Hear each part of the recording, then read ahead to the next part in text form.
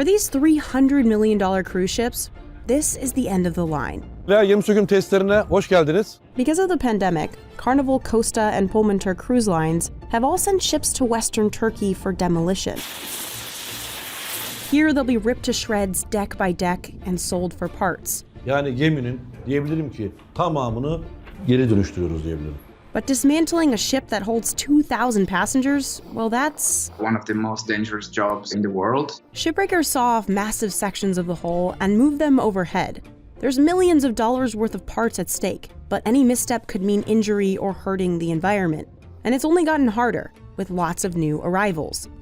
We take you inside the yard, turning these floating hotels into this.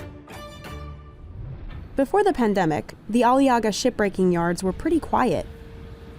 Normally, the 22 yards only demolished a few dozen cargo ships a year.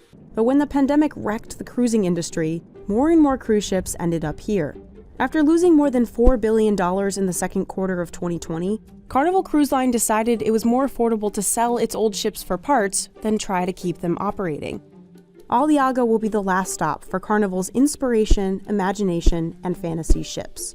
Şu arkamda görmüş olduğunuz cruise gemileri özellikle belki bir 5 yıl, 10 yıl daha kadar çalışabilirdi. Yaklaşık 5 yıl, 10 yıl daha çalışabilecek durumda olan gemilerini Aliaga'ya gönderdiler. Captains navigate the cruise liners from the US, UK, and Italy. They coordinate with the harbor master to beach ships. Then the bow front of the vessel is grounded on the shore while the stern is still afloat.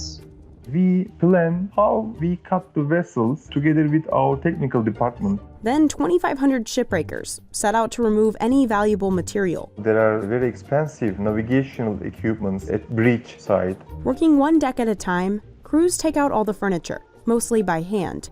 We're talking everything from chairs, tables, and pianos, to light fixtures and beds.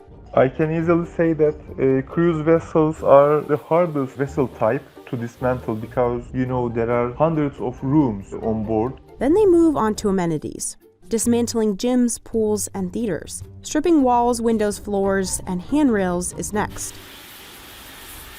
This is where lots of saws and blowtorches come in. Workers risk daily falling from great heights, inhaling toxic gases during cutting operations, being hit by falling objects, and the blowtorch comes with fire hazards.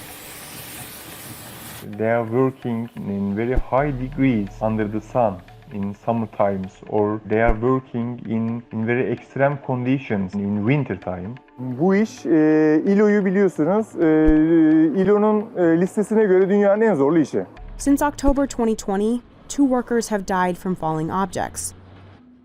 The vessel lies on water, so there is no any way for the ambulance to reach in case of emergency situations. Despite these injuries, working conditions in Aliaga are better than those of the world's biggest shipbreaking yards. In South Asia, in Bangladesh, India, and Pakistan, where most of the end-of-life vessels end up every year, dozens of people die or get injured in the process. Those yards in South Asia use the dangerous gravity method. That is dropping huge blocks into the water onto the beach.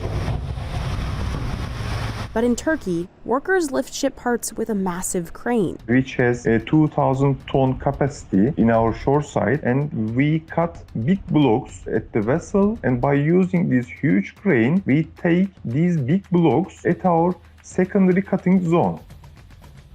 Aliaga hasn't always had the safest yards. In the late 90s, Turkey was just as bad as South Asia. But in 2002, Greenpeace released a report that revealed the unsafe work conditions here, and the world took notice. As a reaction to this international criticism, things have improved considerably. Things got even safer in 2018, when some Aliaga yards started complying with the European Union shipbreaking regulation. That's why Carnival chose 2 yards here for its end-of-life ships. 8 tane firma Avrupa Birliği kriterleriyle ilgili sertifika lisansları var bunların. Those EU guidelines have also raised the standards for environmental practices. Every cruise ship has dozens of toxins hidden inside. Things like asbestos in pipes, heavy metals in paints, biological hazards from sewage tanks, radioactive material from gauges, and the list goes on.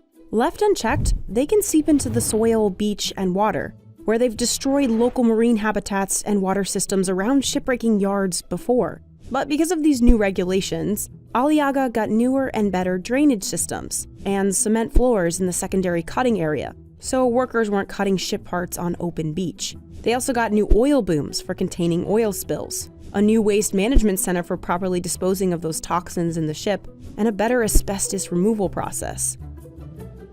Practices have been improved, but there are still concerns related to the long-term impact on the health of the workers due to exposure to toxic substances. Nicola says many workers aren't aware of these risks, and the rest choose the job anyway because of the high pay. Şu anda gemi söküm çalışan normal işçi abilerimizin almış olduğu ücretler yaklaşık $1500 seviyesinde ve bu da ciddi bir rakama tekabül ediyor Türkiye şartlarında. Eğitim yönünden çok fazla kendini geliştirme fırsatı bulamamış abilerin alabileceği gerçekten ciddi bir rakam. After the ship is demolished, this is all that's left. While the whole process takes 6 months for a cargo ship, it takes a lot longer for a cruise ship.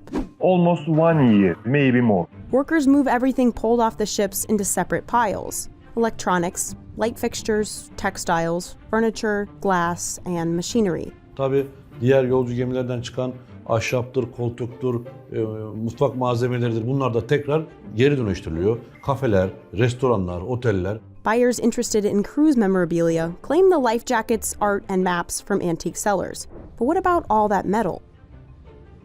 Şimdi tabii bu gemiler burada sökülüyor. Sökülürken de bu malzemeler Yeni Foça'da bunların tamamı burada kesilen demir metal kısmı tekrar geri dönüştürülüp inşaat demiri vesaire demiri malzeme haline geliyor. In 2020, OMIL estimates workers pulled over 1 million tons of steel off cruise ships here, and that'll all be recycled.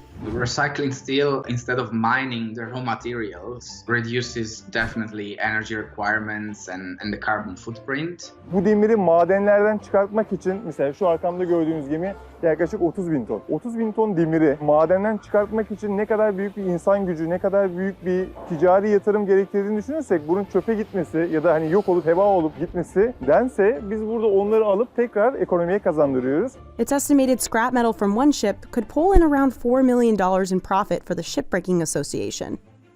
You can make good money because there are lots of things on board for second-hand sales. Demolishing these bigger ships has led to larger profits and a growing workforce for Aliaga shipyards. Sadece de pandemiden sonra kruz gemilerinin buraya gelip bizim kapasitemize %30 bir artış sağladı. But as shipbreaking booms, it comes on the heels of a crumbling cruise industry.